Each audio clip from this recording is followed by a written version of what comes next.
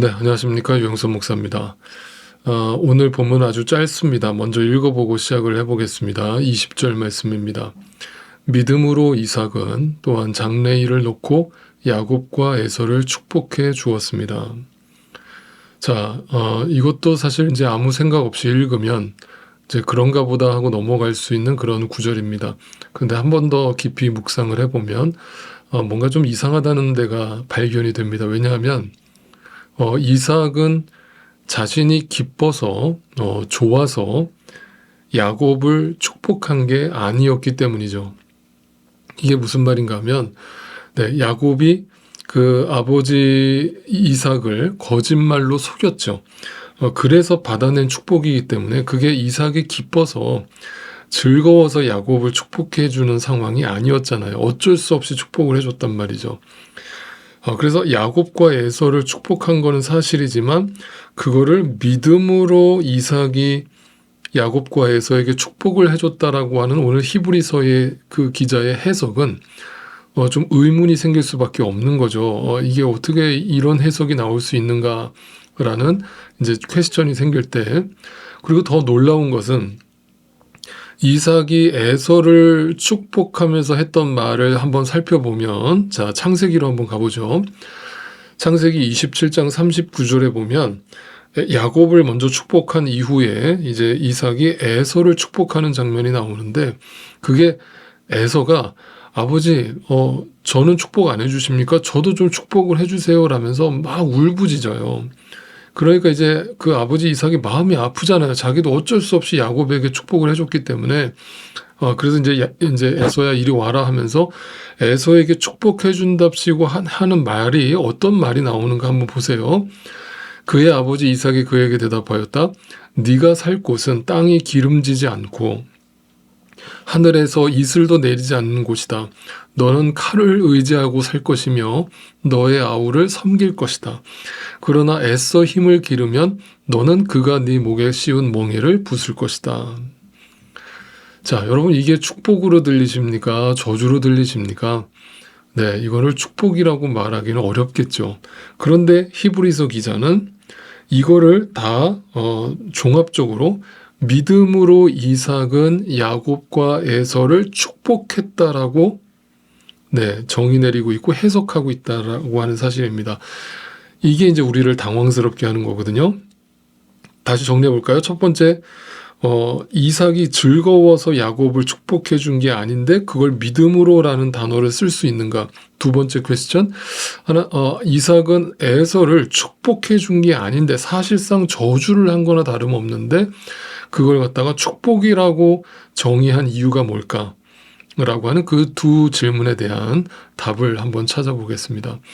자, 그런데 제가 처음부터 이 히브리서의 11장 믿음장을 제가 설명해 드리면서 제가 여러분과 함께 묵상해 가면서 이걸 어떻게 풀어야 되는가를 제가 계속 반복해서 설명을 드렸었습니다. 그게 뭐냐면 그 믿음이라는 것이 누구로부터 온다고요? 하나님께로부터 온다고요. 그러니까 나로부터 시작되는 것이 믿음이 아니기 때문에 지금 히브리서 기자가 나열하고 있는 이 믿음의 사람들은 절대 그 사람들이 위대한 것이 아니라는 것을 제가 계속 거듭해서 설명을 드렸죠. 자, 그걸 이해하시고 이 말씀도 오늘 읽어보면 이건 어떤 답을 가져다 주냐면 그 믿음은 오직 하나님의 뜻대로 하나님의 의지와 하나님의 열심으로 보여지고 있는 장면일 뿐이지 이삭의 노력이나 의지나 이삭의 뜻이 아니라는 것을 설명해 주려고 하는 거예요. 자, 제가 이거를 좀 더 부연 설명을 해드리자면 이삭의 의지는 뭘까요? 이삭이 원하는 거. 이삭이 원하는 거는 에서를 축복해 주는 거였어요? 야곱을 축복해 주는 거였어요? 에서를 축복해 주는 거였죠. 왜? 에서는 누가 봐도 효자거든요. 그 아버지를 위해서 늘 먹을 걸 갖다 주고 사냥을 해오고 늘 아버지 말에 충성을 다했던 그 에서의 비교를 해보면 야곱은 늘 거짓말이나 하고 그 눈치나 보고 잔머리나 굴릴 줄 아는 그런 야곱과 당연히 아무리 물론 둘 다 똑같이 사랑했겠지만 자식으로서, 그러나 누가 더 마음이 같겠어요? 당연히 에서예요. 그러니까 이삭의 뜻이 뭐예요? 이삭의 뜻은 에서에게 축복을 해주고 싶은 거예요. 그런데 자, 이게 하나님이 그걸 뒤집으신 거잖아요. 그렇다면 이게 하나님이 갑자기 뒤집으신 건가? 그게 아니죠. 이미 하나님이 야곱을 선택하셨다라는 거를 이삭도 알고 있었어요. 자, 창세기 25장으로 가볼게요. 주님께서 그에게 대답하셨다. 두 민족이 너의 태안에 들어있다. 너의 태안에서 두 백성이 나뉠 것이다. 한 백성이 다른 백성보다 강할 것이다. 형이 동생을 섬길 것이다. 자, 여러분, 그러면 이삭은 처음부터 하나님의 뜻이 무엇인지를 알고 있었어요? 모르고 있었어요? 알고 있었어요. 그러면 하나님이 야곱을 선택하시고 야곱을 축복해 주려 하신다는 걸 알고 있었는데도 왜 이삭은 에서에게 축복을 해 주려고 했을까요? 그건 뭐예요? 자기 인간적인 생각이죠. 인간적인 생각으로는, 상식으로는 당연히 누가 축복을 받을 만한 자식인 거예요? 에서가 축복을 받을 만한 자식인 거예요. 말 잘 듣고 착하니까, 효자니까. 그런데 하나님의 계획은 내 생각과 같지 않았던 거예요. 그래서 하나님의 계획은 지질도 못나고 욕심쟁이였던, 자기밖에 모르던 그 야곱을 선택해서 그 야곱을 통해서 메시아를 이 땅에 보내겠다라고 하는 하나님의 계획을 가지고 계셨던 거예요.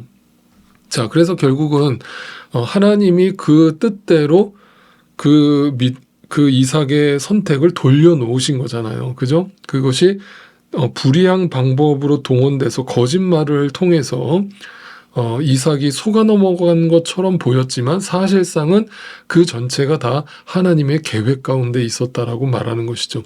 이것을 로마서에서 이 모든 것이 합력하여서 선을 이룬다라는 표현으로 표현하고 있는 겁니다. 자, 그런데 물론 여기서 이제 더 깊이 들어가면 신학적으로 이제 선택과 유기라고 하는 신학적 논쟁까지 들어가야 되기 때문에 제가 이제 아침 묵상이기 때문에 제가 여기서 그걸 더 자세하게 나누진 않겠지만, 여기서 이제 먼저 또 드는 의문이 뭐냐면, 왜 하나님은 그럼 에서가 아니라 야곱을 선택하셨느냐라고 하는 질문이 생기는 거죠. 그죠?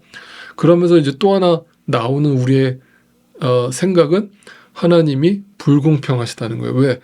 축복을 받을 만한 사람, 자격이 있는 사람을 축복을 해주셔야지 어떻게 저렇게 축복을 받을 만한 자격이 없는 야곱을 하나님이 축복을 해주시느냐. 하나님은 불공평하시다라고 정의할 수밖에 없는 거예요. 그런데 이것에 대해서 성경이 뭐라고 밝혀주는가 한번 읽어보죠.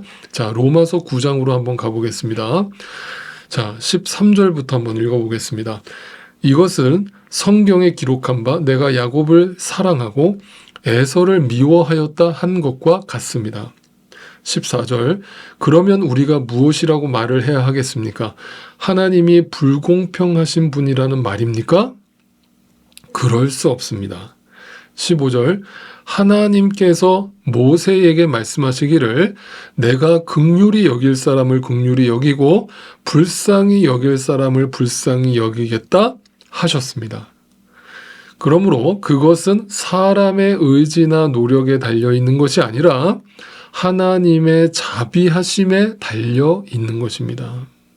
자, 우리는 계속해서 드는 의문이 왜 누구는 여인의 후손으로 살아가고 누구는 왜 사탄의 후손으로 쓰임받을 수밖에 없는가? 자, 모세가 여인의 후손으로 쓰임받을 때 사탄의 후손으로 쓰임받은 사람이 있었죠. 누굽니까? 네, 애굽의 바로 왕이었죠.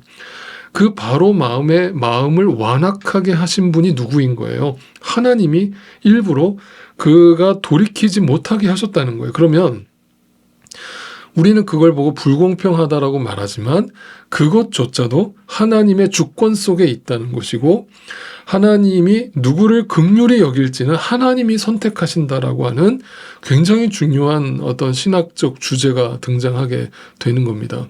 그리고 또 예수님 시대에도 가룟 유다가 있었죠. 그러면 왜 가룟 유다는 예수님을 팔아넘기는 것 역할로 쓰임받을 수밖에 없었는가? 그것도 예수님이 가룟 유다를 보면서 네가 차라리 태어나지 않았다면 좋았을 뻔했다라면서 그것이 하나님의 선택이고 하나님의 주권이라는 것을 분명하게 말해주고 있는 거죠. 그러니까 하나님이 야곱을 선택하신 것은 야곱에게 어떤 그럴 만한 조건이나 이유가 있었기 때문에 성립된 것이 아니라 인간적으로 볼 때 저 사람은 절대 구원받을 사람이 아니고 저 사람은 절대 교회 다닐 사람이 아니고 저 사람은 절대 천국 갈 사람이 아니야 라고 말하는 죄인 중의 괴수를 하나님이 선택하시고 부르셔서 그에게 은혜를 베푸시더라. 그에게 긍휼과 자비를 베푸시더라. 예수님이 십자가에 달릴 때 양쪽의 두 강도만 생각해 봐도 그 강도가 마지막 순간에 회개를 하니까 그 회개를 진심으로 받아주시고 그를 낙원으로 데려가시더라. 그러면 그가 평생토록 하나님을 위해서 무슨 선한 일을 했으며 무슨 착한 일을 했으며 무슨 믿음의 행위를 했는가.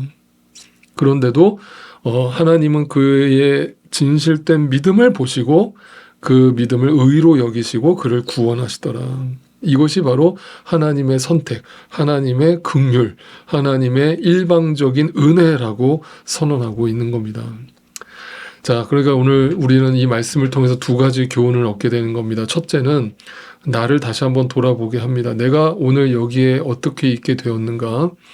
그 수많은 우여곡절 끝에 나를 여기에 세우신 하나님은 나에게 어떤 선한 능력이 있어서가 아니라 나에게 어떤 선한 지식이나 의지가 있어서가 아니라 하나님은 일방적으로 나에게 그 복을 허락해 주셨다. 나를 축복해 주셨다. 이것은 하나님의 세밀한 간섭과 자비와 긍휼과 은혜의 결과일 뿐이다. 두 번째, 다른 일을 그 시선으로 바라보게 된다는 겁니다. 지금 내 눈에 보기 좋은 사람이 있고 지금 내 눈에 보기 싫은 사람이 있어요. 그런데 우리는 내 눈에 보기 싫은 사람은 절대 용납할 수 없다라는 마음이 여전히 우리 안에 남아있는 거예요. 그런데 하나님은 항상 이렇게 묻는 거죠. 네가 1만 달란트 빚진 자라는 거 잊어버렸냐? 너한테는 어떤 자격이 있어서 내가 너를 부른 것 같으냐? 너는 무슨 조건이 있어서 내가 너를 불러서 쓰고 있는 것 같으냐? 라는 질문을 던지면서 왜 그 100데나리온 빚진 자를 용납해 주지 못하느냐 라면서 우리가 똑같은 하나님의 시선을 갖기를 요구하고 계신다는 사실이에요. 여러분, 만약 하나님이 야곱처럼 그 못난 인간, 자기밖에 모르는 그 욕심장이 야곱과 같은 인간을 오늘도 선택하시고 부르시겠다면 여러분 어떻게 하실 거예요? 하나님, 저 사람은 안 됩니다. 절대 저 사람은 안 됩니다라고 극구 반대하실 거예요? 아닙니다. 하나님, 맞아요. 하나님, 나도 하나님 앞에 구원받을 자격이 없는 사람인데 왜 내가 구원받았는데 저 사람인들 구원받을 수 없겠습니까? 라는 고백을 하는 것이 맞겠죠. 믿음으로 이삭은 장래일을 놓고 야곱과 에서를 축복해 주었습니다. 하나님의 시선을 가지고 축복을 해줬어요. 그래서 하나님이 보여주시고 이끌고 계시는 그 장래일에 대한 거기에 대한 전적인 순종, 그것은 자기 포기와 자기 부인을 통해서만 볼 수 있었고 그것을 축복을 할 수 있었던 것이죠. 그것을 히브리서 기자는 믿음으로 평가하고 있는 것입니다. 이 믿음이 날마다 우리 안에 머물기를 소망합니다.